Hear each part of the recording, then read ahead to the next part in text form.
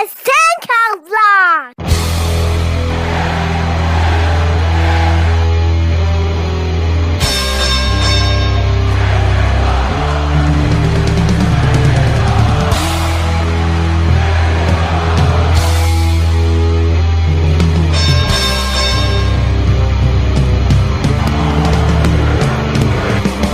Hello and welcome to the 10 Count Podcast. I'm your host, Jason Tiller. Wherever you are and however you're listening, thanks for making us a part of your day.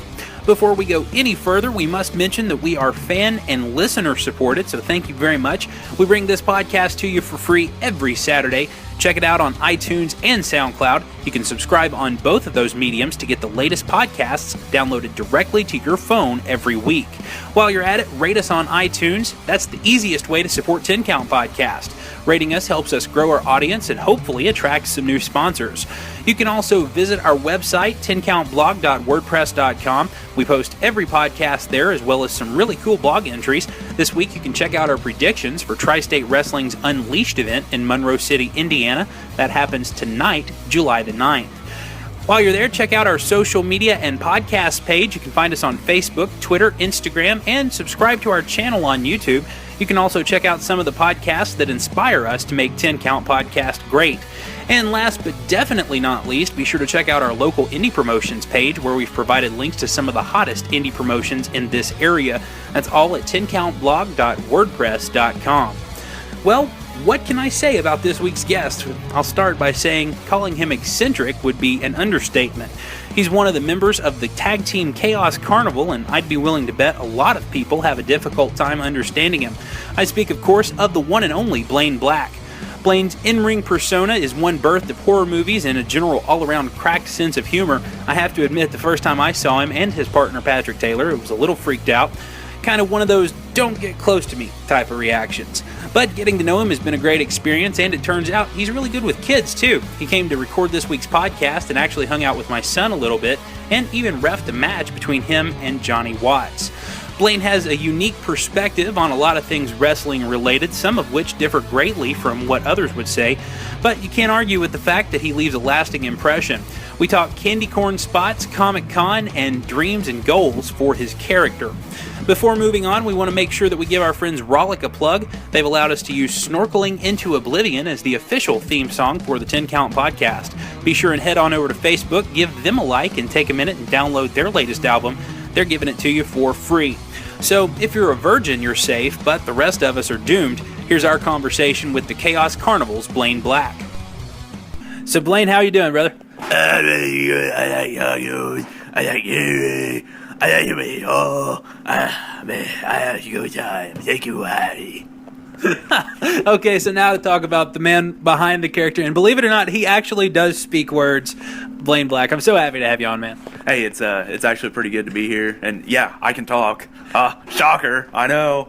I wonder if this is the first time people have heard your voice. Well, I mean, unless they've caught me at work, then yeah, probably. I imagine it's, well, I don't know if they recognize you without all the face paint. Yeah, actually, like, some people don't recognize me. Actually, one day at work, this little kid, he walked up, and he's like, Mommy, he's a wrestler. Well, then the mommy goes, Ha, he thinks you're a wrestler. I go, Ha, I am a wrestler. And she goes, Oh. And then he's like, See, Mommy, he's the one with all the face paint. And she's like, Oh, that's you. And that's all she said. I was like, that's the impression I want to leave on people. Oh, and to see your face, like the facial expression, your impression of this lady's face was to die for, because I'm not going to lie to you. The first time I saw you, you freaked me out a little bit. I was sitting in the front row at a TSW show, and you and Patrick came out, and it was actually the night that Johnny gave Patrick a concussion. And for those who can't see, Johnny is sitting right next to us. He's just being silent, which is not normal for him. But anyway, but yeah, we were sitting front row, and I didn't know what to expect. And then you guys came out, and you just like looked me right in the eye, and I was like, just kind of recoil, you know? So, I don't know, talk about how did you come up with this? It's different than anything I've ever saw. It's essentially, I mean, I took like everything that I love and I put it into that. Like, it's been a slow progress into this. At first I was doing like the I'm gonna knock you out gimmick, you know, and then I slowly started to phase in with the paint, and I just did little smears here and there, and then I like got real heavy with it. And then next, we were. I guess I just, I love horror, as you can tell. Like whenever we got my entrance stuff, I've done like a Freddy Krueger theme, Texas Chainsaw Massacre. Love that movie. Essentially, I could just take everything I love and put it into that. I love horror. That's what I am. I love comic books too, but it's kind of hard to put into that so far. I haven't figured out a way, but I will eventually. Maybe, huge Spider-Man fan. So, but yeah, it's essentially it's like a little kid, that's the mentality I have with that character, like, for instance, whenever, I know you've seen this, the candy corn, whenever I pull that out, that's like, any little kid, they remember candy corn and, just use it in different ways. But and I love the way your mind works too, because you do some of the most creative things. You talked about the candy corn, using it like the tacks. Just the different stuff you got going on. And Johnny's leaning over like he's got something to say. Okay, so I really like that candy corn too, because I'm the one that got to slam somebody on that. I'm sure it felt amazing. So Blaine, where did you come up with stuff like that? What's your thought process to come up with something like candy corn? Actually, I come up with my best thoughts at work. I know that may seem weird considering I'm a pharmacy technician, first off, so I count pills. Well, as I'm counting pills, thoughts pop into my head, and that's what happens. Because I'll think about wrestling all day long while I'm at work. What I can do, just idea-wise. What I can do to change my character slowly, to evolve it into something new and, keep it fresh, which is, I feel like, pretty hard in this business, So, and I just have a lot of fun with it. Yeah, it seems like every monster type character has been done. You look at guys like Congo Kong, who are touring the indies now, Kane, even Undertaker. There's just always this dark, brooding, evil monster type character in whatever company you go to. And I will say this: you do yours differently than I've ever seen it. How do you come up with your ideas to do it differently? You do it at work, and it's just. Yeah, what goes on? I think to, really set me aside is, I have that little kid mentality, my reactions, I'm not like that typical monster that comes out there and, I'm big and mean. Obviously, I'm not big. I'm mean whenever I'm out there, but, I don't have to be the biggest guy to be a monster. It's the way I carry myself in that ring, the ways I go about, portraying my character. I've just tried to think of every little thing I can set myself aside with. Honestly, I think my main influence is Mankind. Love Mankind.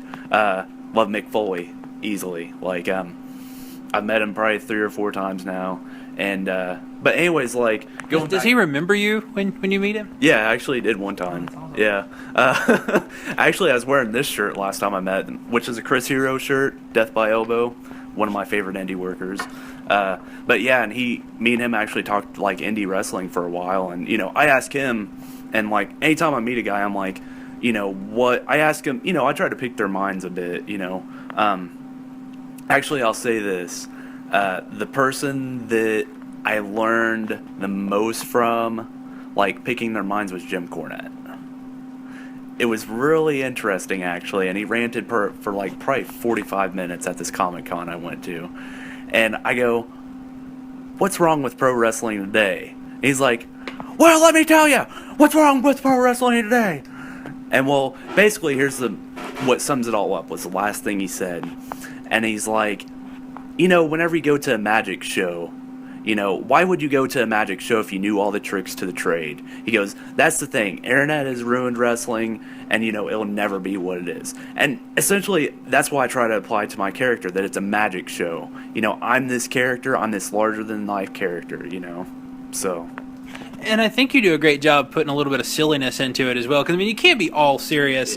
And I know you've partnered with Johnny quite a bit, and that's always fun to watch you guys in the ring, because you have such great chemistry. I know you guys are good buddies outside of the ring.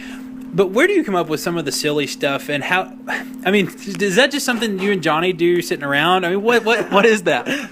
Yeah, that's pretty much what happens there. Is we'll be sitting around and he'll be like, "Hey, what about this?" And then we'll bounce ideas back and forth, and it just progresses into something interesting, to say the least. Like Mario Kart. That's all I can say. yeah, Mario.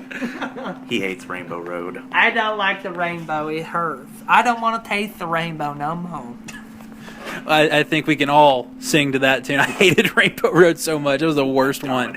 I dominate with Wario on that road. Anyways, that happened, and Johnny got mad. So let's backtrack a little bit. So you're talking to Jim Cornette, and Comic Cons, for people who don't know, they're notorious for having some of these older wrestlers and older wrestling personalities. Talking to a guy who works in LaPorte District up for NDOT, he was talking about he went to Indy Comic Con, I think, and Honky Tonk Man was there, and then after the Comic Con was over, he just sees him sitting on a sidewalk outside. And so you see a lot of these older wrestling personalities. What's it like when you go and these older guys who were a different era than what we have now? What's it like talking to them?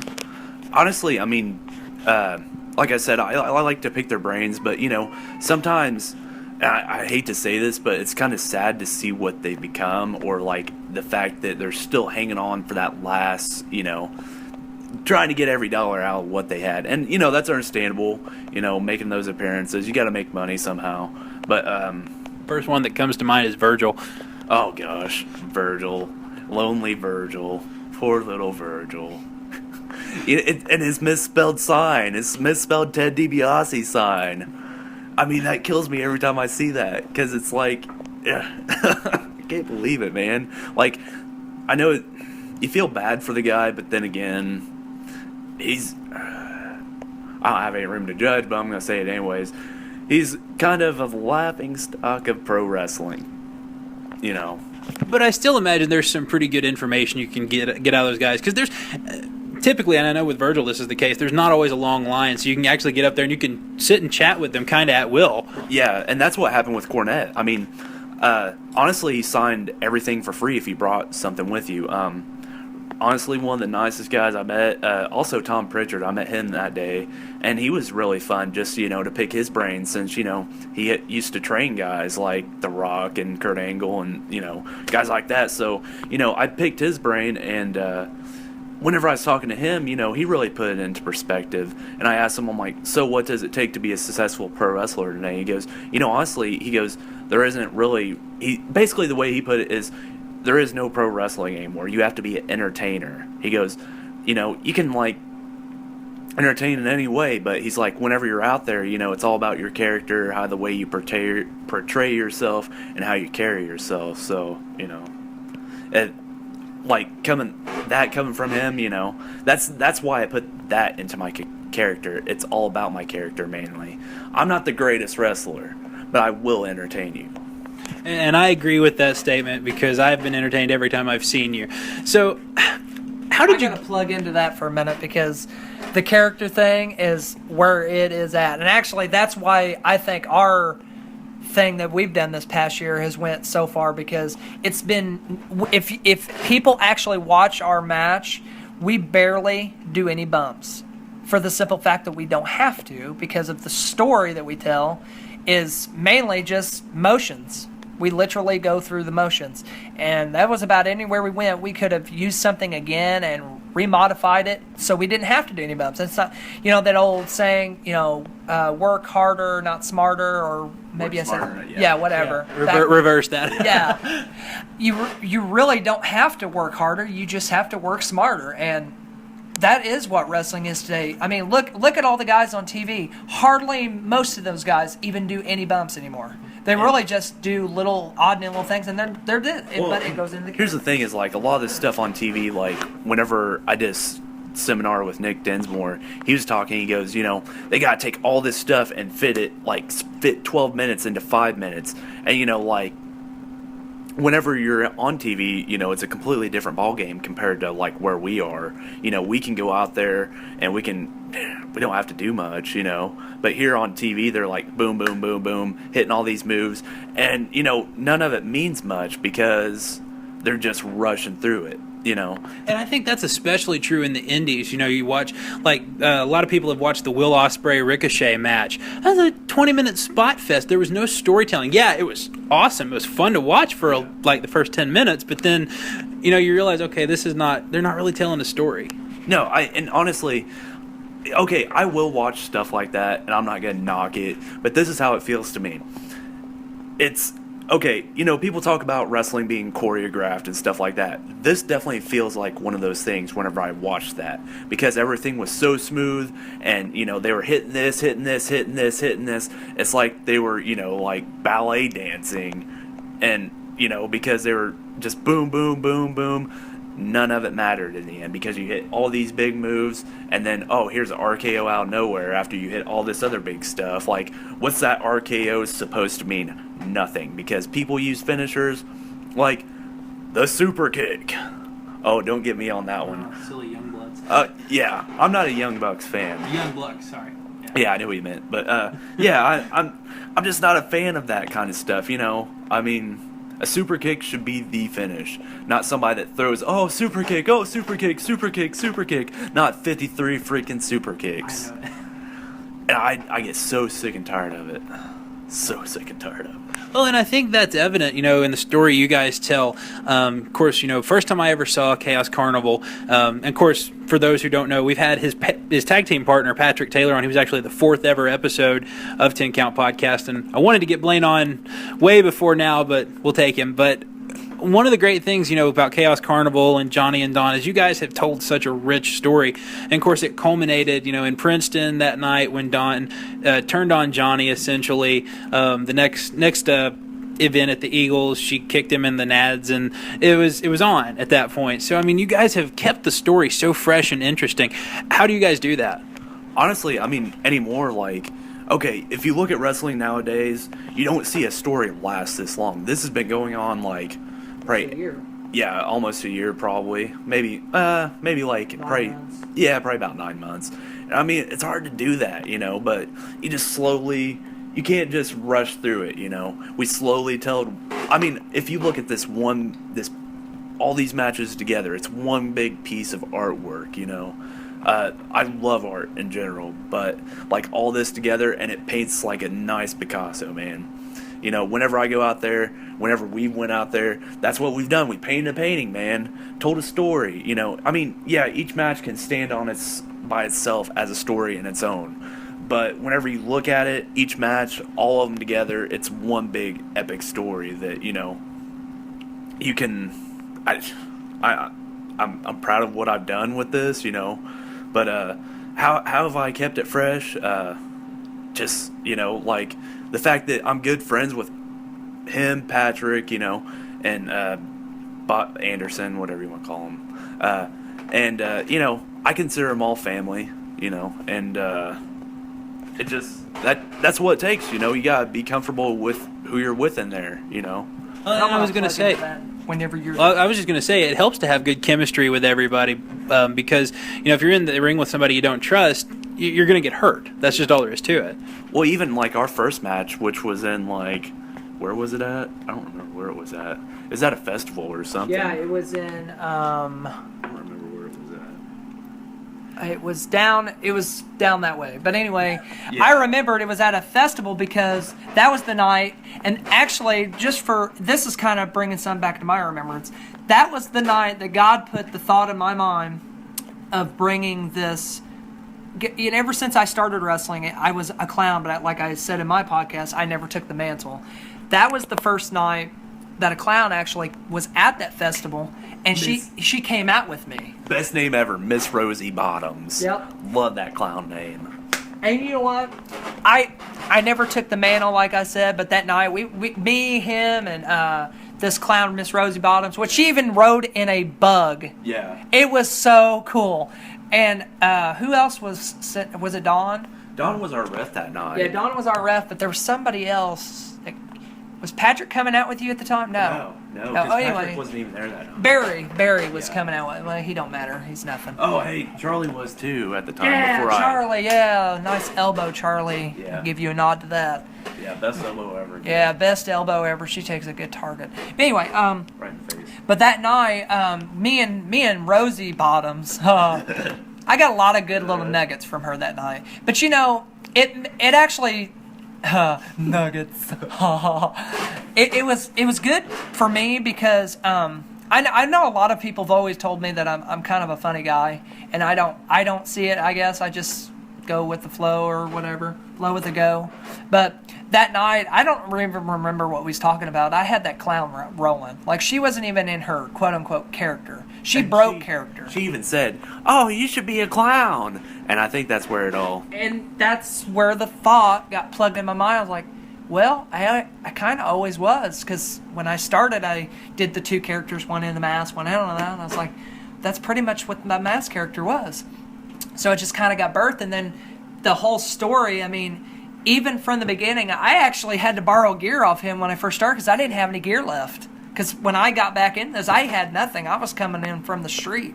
I mean, I had to rebump and all that stuff. I mean, not many people that's been out for so long, they'll do that. But I like he said, you know, you got to trust your family and you gotta be comfortable with who you're in there with. I didn't feel comfortable getting in there with people because if I was a little, you know, had like ring rust or whatever, I'm putting everybody else at risk because, oh yeah, I did it for so long, but at the same time, I might have the possibility of hurting somebody, or myself for that matter. But, you know, that's what it's all about. You got to take care of each other. It's a team. You know, it's like, well, we're going out there, we're going to beat each other. No, you're going out there to protect each other. You got to make it look good. We'll make it fresh. We'll make it work. And that's where the chemistry comes in. If you trust them and all that stuff, it just flows. And speaking of being a team and having chemistry and making things fresh and fun, you guys have done a lot of fun stuff together. And Johnny told this story on his podcast, but I've got to hear it from your perspective, Blaine. You know, that night in Evansville where you guys, Johnny comes out and he basically causes Chaos Carnival to lose their match. I got to hear the story from you. Do you want to hear about the match itself, or? I want to hear about the match in Evansville, and then I want to hear about bringing it back to TSW and what happened, because Johnny wasn't able to give me the best details of what happened when you stormed away. That night in Evansville. First off, the match, I'll say this, like, the ending got completely messed up, but going into that match, you know, we had... Actually, wait. Are we talking about like the match? The very first one. The very first one, because the last TSW show, I didn't quote unquote quit as people felt. I was just stepping down because at that point I was starting to get burnt, thinking, well, why did I even come back for this year? And you know, I had like, 9 months ahead to even do the Jesse Memorial show, you know. And that was the only reason I came back, and I was just like, man, I just don't want to wait that long, you know, because I just want to come in, get out, get off, whatever. And he came over one weekend. We was just sitting there and talking. And he's like, well, me and Patrick got to wrestle in Evansville tomorrow. Hey, you should just come and be our manager. I was like, hey, that's not a bad idea. Well, so tell me what happened there. I mean, you decided to make Johnny your manager, and then it's just a cool story. Basically, everything backfired, obviously. Actually, that night, that's the night that, I took a choke slam from, music didn't work. Yeah, nothing worked, actually. But actually, it's one of the coolest entrances I had, just because of the lighting, you know, dead silence and just walking out there slowly, you know. And it was, overall, like, the match was actually pretty good, I thought, you know. He distracted Patrick, and then I took a nice choke slam from Big Boy. And actually, whenever I got into the corner with Big Boy, I was like, "Hey, chop me." He's like, "What?" And I'm like, "Chop me." He's like, "Okay." Well, that's probably like the first time that he said that he had anybody else call for chops, because I love chops. I love taking them. Now, I've taken chops before, and I don't think I would want to. Why would you want to take a chop? Just like the reaction that I can get, because I usually get pretty good sound off of anybody that chops me, except for the one time that I had an accident. Wait, what? Wait, what? Huh? Yeah, Actually, I believe this story was told It in was one of our very previous crappy. podcasts. Yeah, it was So, a pretty crappy situation. Anyways, what happened? Actually, this happened whenever I was under the mask as AJ Youngblood. Yes, Blaine is AJ Youngblood. Anyways, what happened is me and Bo Sawyer, we were going at it, and we weren't that far into the match either. He chops me once. I'm like, okay, I'm waiting for another one. I took the second one. I crumbled to my butt, and I'm like, oh no. Bo comes pick me up. He goes, what's wrong? I'm like, I pooped. He lets go of me and he walks off. He comes back. He goes, you really did? I'm like, yeah, we need to take it home. And he goes, okay. So here's the mistake that I don't understand. He picks me up for a power bomb. That's the finish. 1, 2, he's like, 1, 2, 3, it's done. Well, then, he does his little punch thing. I, sold it. And then we get to the back. I'm like, why did you pick me up for a power bomb? He goes, oh, I forgot. Oh, my. And that actually kind of made it worth it. so what goes through your mind when you poop yourself in the ring? 2 words. Oh, shit. Literally. Walked right into that one. Okay, so you're in the ring, you poop yourself in the ring, and that's a great story, by the way. That's one to tell the grandkids, I think. Actually, my current girlfriend, that's the first story I told her, because I'm like, well, I better start off with the most embarrassing wrestling story possible so nobody else has to tell you.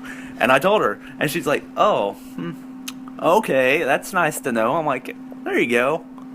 And she, she's completely accepting of it. So I guess that's good. That is. It's always nice to when the lady learns to love the smell or the poop or whatever. Whatever.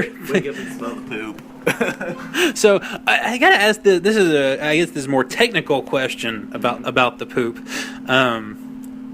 What do you do afterward? I mean, do you tell somebody so they can go wipe down the ring? I mean, how does that happen? They did. You know what? I realized this. They did not wipe down the ring.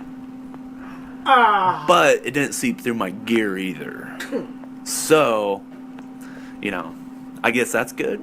At least the gear was properly made. Good quality. Yeah, it didn't seep through. It's like a vinyl, so it didn't really, it wasn't able to get through. So, it's good and tight, so it kept it all compact. And At least it wasn't a soupy douche, right? yeah, exactly. It was a little soupy, but, not much. There wasn't a whole lot of poop involved, but there was a little bit of poop.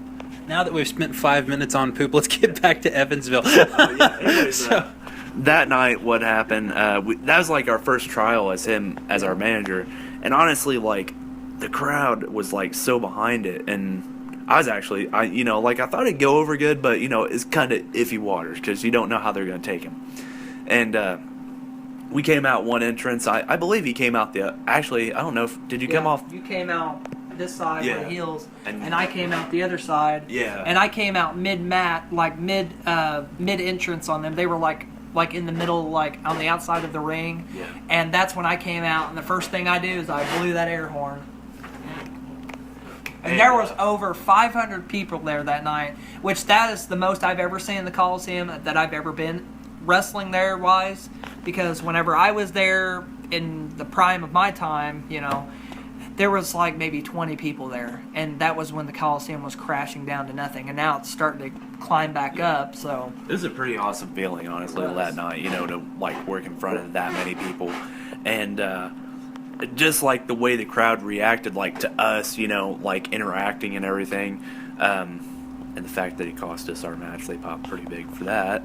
And I honestly, after then, it was just, as a roller coaster, and it just started to pick up speed, where we went as me and him, or, me, Patrick, and him, or, just depends, where we went. EWA, we did quite a bit of good stuff, I thought,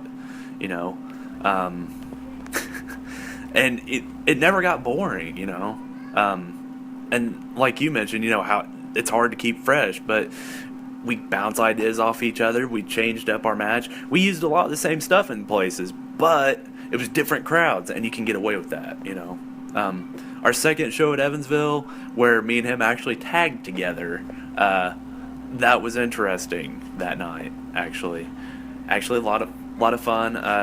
Our match there that night. Oh, that got screwed. Yeah, it wasn't the greatest, but it was still fun. Because I hit him with my running knee in the corner, and I pinned him in the. I got concussed. I don't think. Well, that's not as bad as your knee going in my face. It should have been banned. The knee should have been banned. Yeah, like your knee to my face that one night in Monroe. From Alliance Hall. Yeah. Yeah.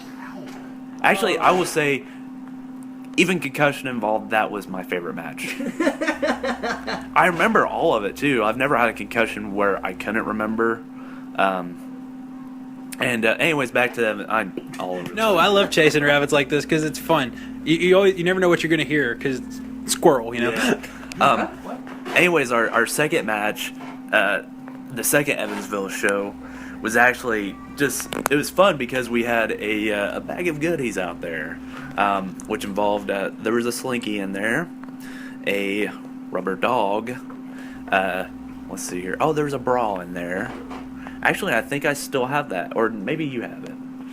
I think you got it. I think I have it, yeah. And then there's dirty underwear. The dirty underwear made the crowd pop because I held it out and I held it like this, so the stain was facing him.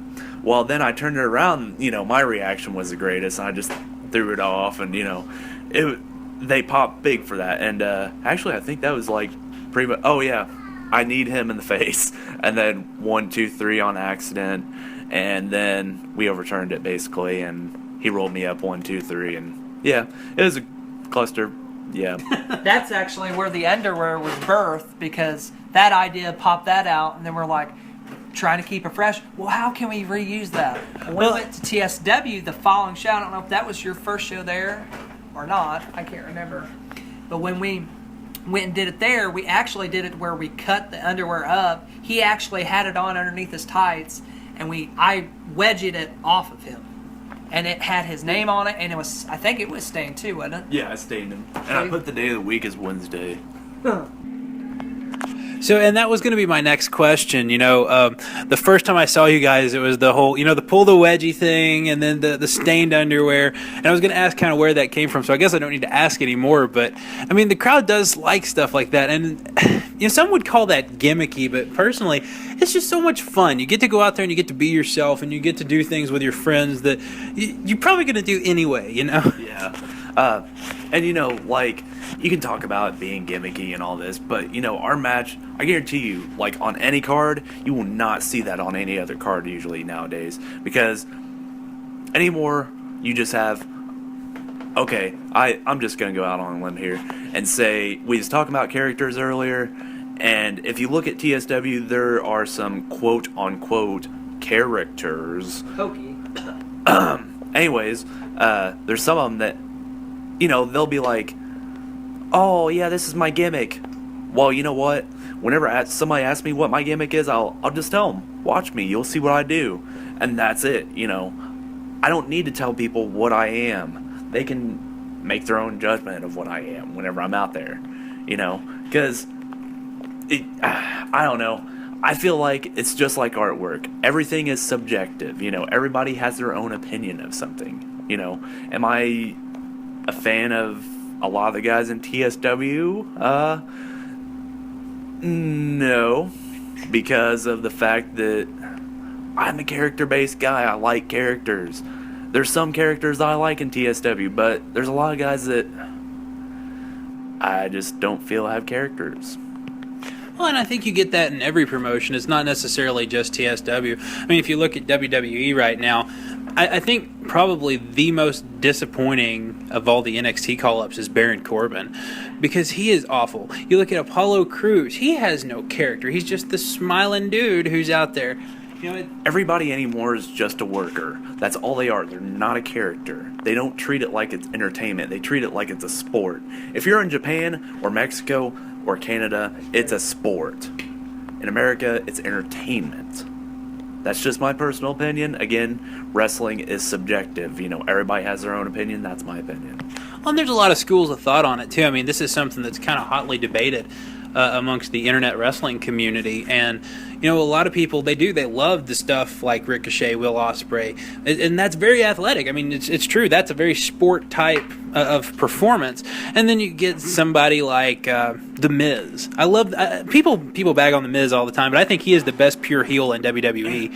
Honestly, I'll agree with that. He's great on the mic. He's a very simple worker, but that's all it takes because he has everything else to back it up, and he's a real round package, I guess you could say. He has the charisma, he has the look, just everything. He didn't used to. Well, he didn't used to, but, yeah. Well, and I think that's the best thing about him is that he tells the story so well. I mean, anything that he's involved in, I mean, obviously he's off filming a movie right now, but before that, the whole Zack Ryder thing, Zack won the WrestleMania, and then he comes and takes it from him. They're going to take it off of Zack Ryder. Unfortunately, they view him as the ultimate jobber, but what he's done since then has been so good. Bringing Maurice in, fighting just all the different guys. I mean, he had a couple great rivalries within that, and I don't know. I love the way The Miz is doing his stuff, and I don't want to make this about WWE, but it seems like something you're passionate about. Telling the stories, having the great character,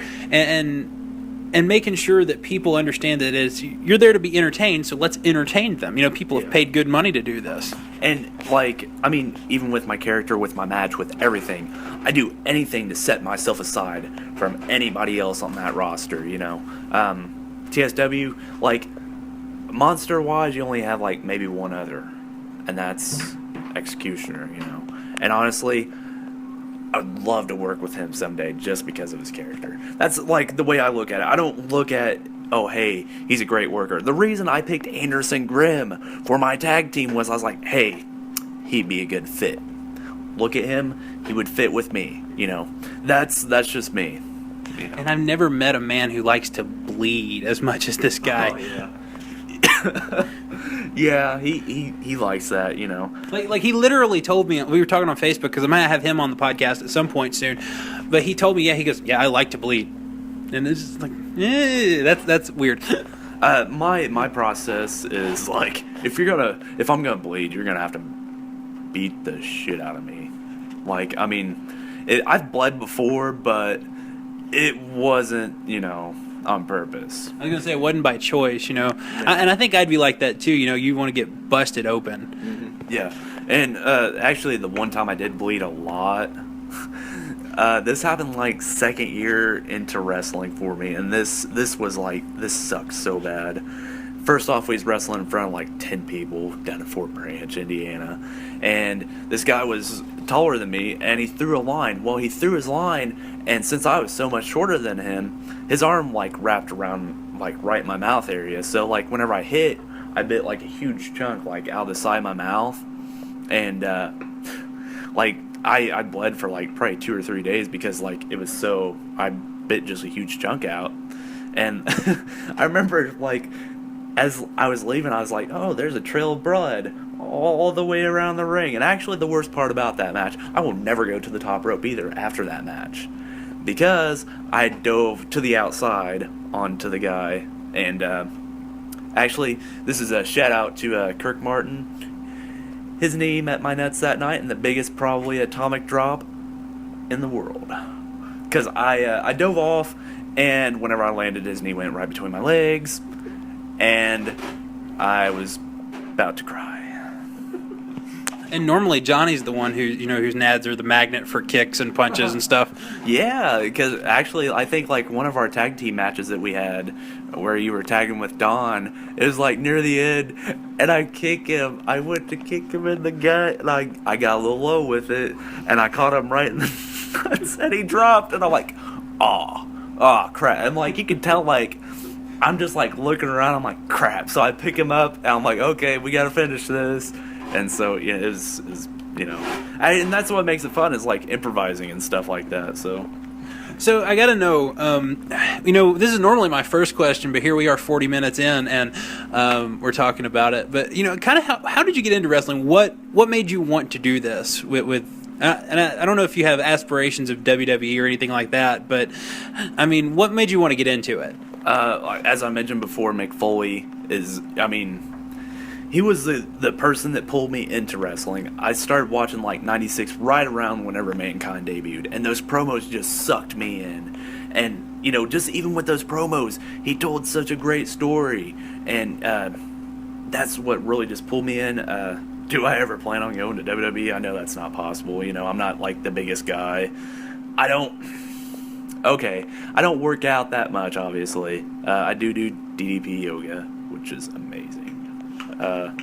And that's, also I don't do cardio. Screw cardio. Because here's my theory to that. If you know how to work, you shouldn't need cardio. Explain that. What do you mean know how to work? Well, first off, you can be that guy that rushes through all these spots, and yeah, you would need cardio. I'm not one of those guys. I go out there, I do maybe 5-6 moves, done. And that's it. I'm not going to go out there and kill myself, I'll bump once or twice, maybe 3 times. Work smarter, not harder. Exactly. And that's what I do every match, Any guy that works with me, they're like, oh, what do you do? I'm like, I'm simple. I don't do much. Simple as that, I let my character do all the work, basically.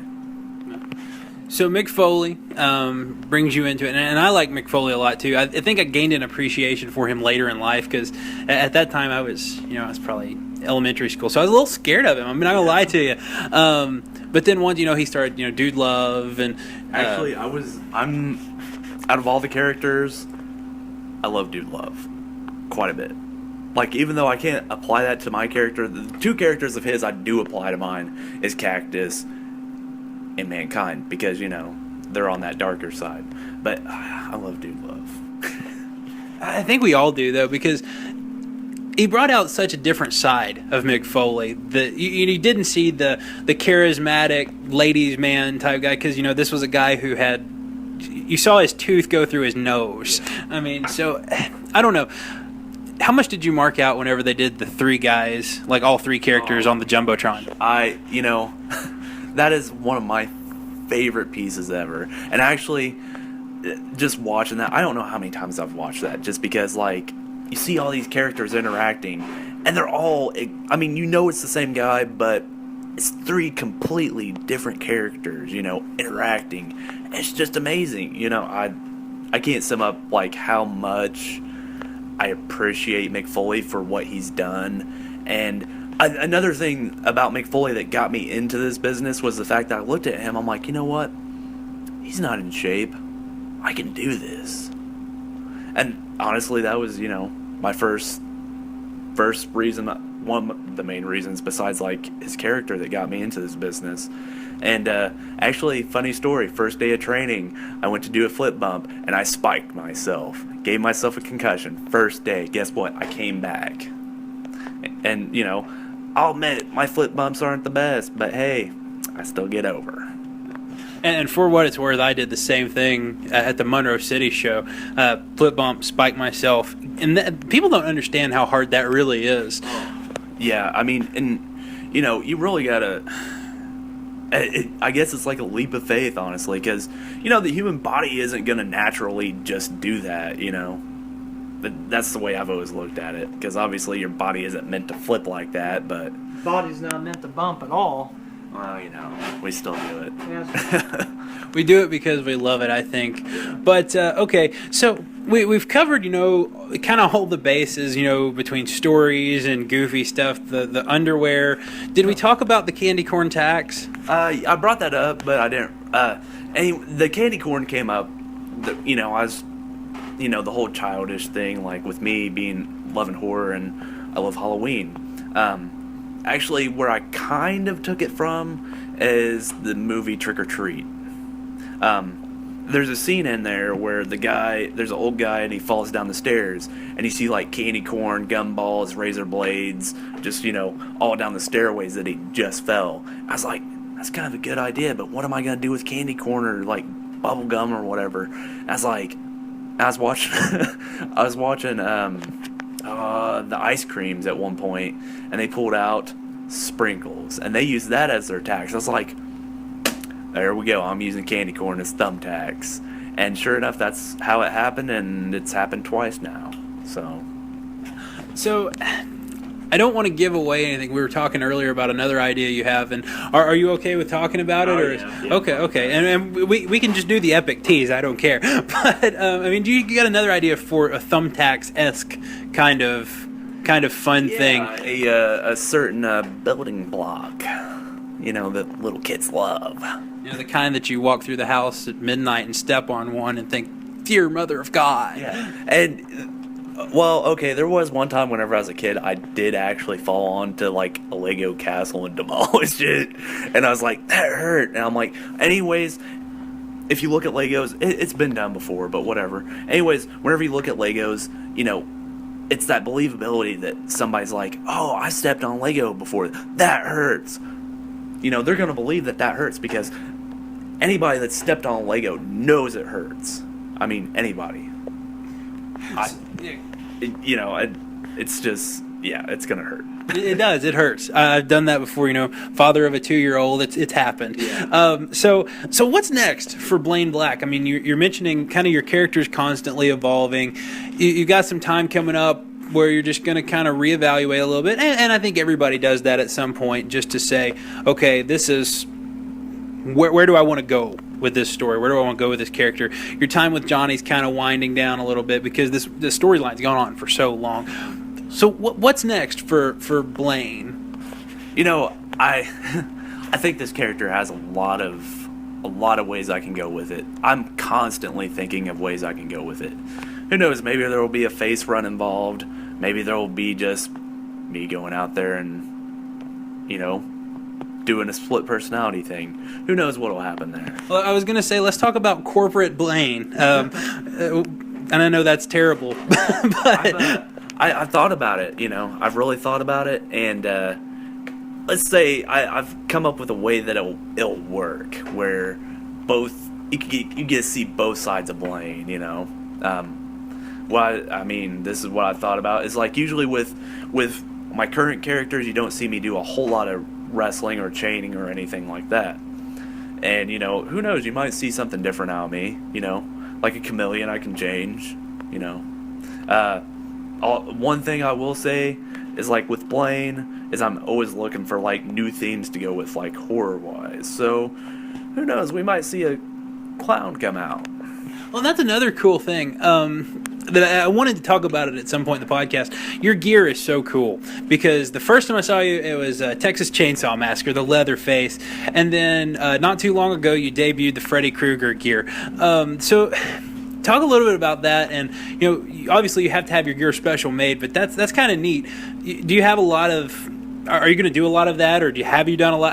I'm going to go out my way and try different horror movies. As a theme, and it's hard to come up with this stuff. I mean, yeah, I can pick a movie, but it's hard to like really get that point and nail it home. Like with the Freddy Krueger, it was easy. Red and like gray stripes, black stripes. That was easy to do. The Texas Chainsaw Massacre, that mask took me forever to make. I spent 8 hours in one night, like just working on it. Which is it like paper mache or? No, I actually bought latex off the line, like to make and I have a mannequin head. It looks hideous now after all the stuff I've done to it, to like sculpt on it and put it on there. But yeah, I make my own like latex mask and whatnot. So I'm constantly trying to think of like ways to do something different. Honestly, I'll say the next one I really, really want to do is a cult classic, Killer Clowns from Outer Space. Love that movie. So yeah, that's a great one. I was sitting here thinking you'd make a great Jigsaw too. I've thought about that actually, but like I think with that, what I'll have to do is I'll probably have to do like a mask, but I don't know how else I would portray it. I'm sure I'll come up with something, whenever I go to the basement to work on stuff. My mind gets to twirling, and that happens. Well, I was going to say, you could do the white face paint and the red swirlies, and I don't know. I mean, you're a big horror movie buff, so who are your favorite characters, and what's one that, if if you had all the money in the world and could do it really, really well, what would you do? Sam from Trick or Treat. Easily, and actually, I'd say that's another part that I take my character from. Sam is essentially the spirit of Halloween, and he's a little kid. And I guess you could say, like, anybody that doesn't obey the rules of Halloween, he punishes them. And I love that character. I can't wait for the second movie. I had the little graphic novel thing that they put out recently, and it's just amazing. I love that character because it's a playful character, but he also means business, kind of like my character. So I'm going to share a story with you, and then I'm going to let you react to it. I don't like to do this very often. Okay, but when I was in college, one of the things that we did, we called ourselves the Midnight Society. It was all of my roommates. We got together. We would go to Family Video or Movie Gallery, whatever it was at the time in Campbellsville, Kentucky, and we would find the B-list horror film section, and we would rent sometimes 4 features a night. One of the best ones we ever found was called Midnight Movie. Have you seen that one? I don't think I have, actually. You should look it up. It was one of the best B-list horror films we ever. I mean, we saw some real stinkers, but another one of the better ones was called Satan's Little Helper. Oh, I love that movie. Oh man, that movie is awesome. I can't even explain how awesome that movie is. So when do we get to see Blaine Jesus? I don't know if you'll ever see that one happen, but who knows? Anything's possible with it. But Satan's Little Helper, and actually, one reason I do love that movie is because it has another love of mine in it. There's one song in there by Wednesday 13. Okay. Yeah, actually, like all the theme songs I've done, like used recently, Wednesday 13. So I've never heard of them. I didn't know that was your theme music. That's good to know, though. So we're kind of winding down, running out of time. Blaine, how can people support you from where you're at? From honestly, just come out and watch, man. I pretty much the money that I put into this is all for me. It's because I love this. I didn't get into this business to make money. If you got into this business to make money, you're not gonna make money. Unless, you push and push and push. And even then, you might break even. Getting paid, yeah, you get paid, But whenever it comes down to it, you're going to break even. Maybe. If you're lucky. And, hey, go give me a like on Facebook. My Blaine Black fan page, I post pictures and incoherent post on there because, that's me. So do you friend people on your personal Facebook page very often from the shows or anything like that? I do, but honestly, I try not to talk to them because, they'll ask me questions. I'll give them short answers, but I just try to keep it short and sweet because I don't want to get any psychos or anything. I think you should just have a standard response typed up that's in, Blaine's character. I should, honestly. I think I might have to do that now. Because, actually, there's some people that have messaged me. I just don't message them back. Well, and that's the best way. I've done that several times. So, Blaine, it was great to have you on, man, and just want to hear the final thoughts of the monster. I agree. This is horrible. Where is it at? What is it? What? You like gum? I like chewing gum. Gatorade. Anyway, happy Halloween. Special thanks again to Blaine for being on the podcast this week. Before we go, let's get to some upcoming events. Tonight, July the 9th, Tri-State Wrestling is back at the Blue Jeans Center in Monroe City for TSW Unleashed. Doors open at 6 p.m. Eastern Time. Bell is at 7. Tickets are $5 at the door. Also tonight, July the 9th, WWE Live is in Danville, Illinois on the SummerSlam Heatwave Tour. They'll be at the David S. Palmer Arena beginning at 7:30 Central Time. Superstars scheduled to be on the show include Becky Lynch, Enzo and Cass, Bray Wyatt, Dean Ambrose, and more. Check out Ticketmaster or the WWE app for more ticket information. July 14th, NXT Live is coming to Indianapolis at the Old National Center. 7:30 Eastern Time is the start on that show. Names include Asuka, Bayley, Shinsuke Nakamura, Finn Balor, and Samoa Joe. Again, check out Ticketmaster or the WWE app for more information. July 16th, our newest partner, New Wave Pro Wrestling, presents the Clinton Grand Prix at the Eagles Lodge at 100 South Water Street in Clinton, Indiana. Names on the card include Blake Reed, Jay the Tank Oleander, Sergeant Stanley Roberts, Sam Knight, and Will Bray. Tickets are $7.50 in advance. Check out NWP's Facebook page for more information. At the door, tickets are $12.50. Kids 5 and under are free. Doors open at 4:30. Bell time is at 5:30 Eastern Time. July 23rd, Tri-State Wrestling presents Proving Grounds from the Vincennes Eagles Club. It's the first time back since Night of Champions, and you can expect some craziness. Tickets are $5 at the door. Doors open at 6 p.m. Bell time is at 7 Eastern. Also on July 23rd, Coliseum Championship Wrestling presents Retaliation at the historic Veterans Memorial Coliseum at 300 Court Street in Evansville. Doors open at 6:30 Central Time. Bell is at 7:30. Tickets are on sale now at the Coliseum box office. You can get them at the door for $10 or $5 with active military or veteran ID. August the 6th, the United Wrestling Coalition in Georgetown, Illinois returns to the Homer Opera House at 101 North Main Street in Homer, Illinois for UWC Live. The show is $8 in advance, $10 at the door. Bell time is 7 p.m. Central Time. Saturday, August the 13th, Sam Knight's Massive Wrestling presents Uprising at the Vincennes University Green Activity Center. This is the inaugural event for this company, and it features the first ever Dr. Isaiah Pops Watson Memorial Cup Tournament. Matches will be later announced. Doors will open at 6 for that show. Bell time's at 7 Eastern. Tickets are on sale now. Get them in advance for $5 or at the door for $10. Check out Massive's Facebook page for more information. September 7th, New Focus Wrestling presents Refocused at the Evansville Coliseum at 300 Court Street. The card features names like Rob Conway, Tracy Smothers, Teddy King, Canadian Kid, and many more. Tickets are $8 at the door. Kids 5 and under and active military are free. Bell time is at 7:30 Central Time for that show. Be sure to support your local indie promotions. Check them out on social media and their websites, and go out to their shows. Help someone working the indie scene get a little bit closer to their dreams. Find all of that information on our local indie promotions page at 10countblog.wordpress.com. Before we go, don't forget to subscribe on iTunes and SoundCloud. Go and rate us. Help let the world know about 10 Count Podcast and get us on that new and noteworthy list on iTunes.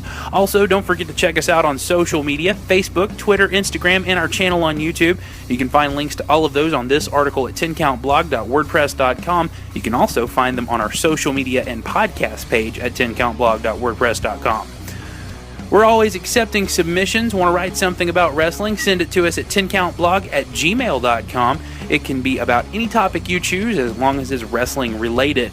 Thanks again to Rollick for allowing us to use Snorkeling into Oblivion as our theme song. Check them out on Facebook and download all of their music for free. Be sure to check out their events page and get out to one of their shows.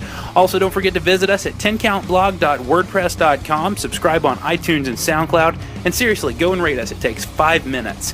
We'll be back next week with a guest to be announced a little bit later on. Until then, thanks for listening to the 10 Count Podcast.